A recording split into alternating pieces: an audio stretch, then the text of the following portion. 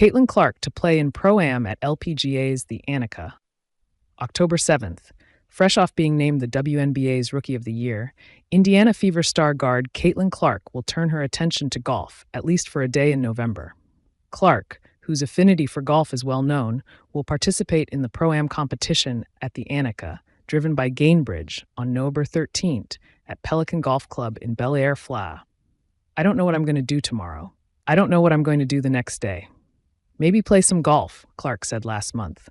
That's what I'm going to do until it gets too cold in Indiana. I'll become a professional golfer. Clark is a Gainbridge ambassador, and the day before the Pro-Am, she will serve as a panelist at the Women's Leadership Summit at site of the tournament. I love golf, so the opportunity to play in the Pro-Am for a tournament with a legend like Annika Sorenstam's name on it is so exciting, Clark said in a release. Gainbridge is a leader in supporting women's sports, and that's clear through their commitment to me, this event, Billie Jean King, and Parody Week. I'm looking forward to seeing all the LP players on the driving range, being part of the Women's Leadership Summit, and of course teeing it up in the Pro-Am with Annika. Sorenstam's name was used in conjunction with the tournament for the first time in 2023, with that event won by Aliyah Boston. This year's tournament will be held November 14 to 17.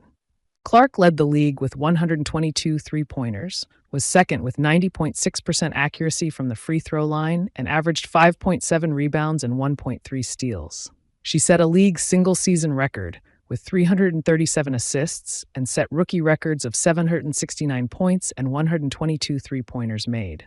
Reese averaged 13.6 points and 13.1 rebounds for the Sky. Off the court, Clark, Reese, and their fellow rookies were a ratings and attendance boon for the WNBA. 6 different league television partners set viewership records this year for its highest-viewed WNBA game. All of those games included the Fever. Indiana led the league in attendance, both at home and on the road. The Fever averaged 17,036 at home and more than 15,000 on the road. 4 teams moved home games to bigger arenas when Indiana came to town to accommodate more fans. Despite Indiana's blowout loss to Connecticut in Game 1, fans tuned in as the game averaged 1.8 million viewers, according to ESPN, making it the WNBA's most watched playoff game since the 2000 finals.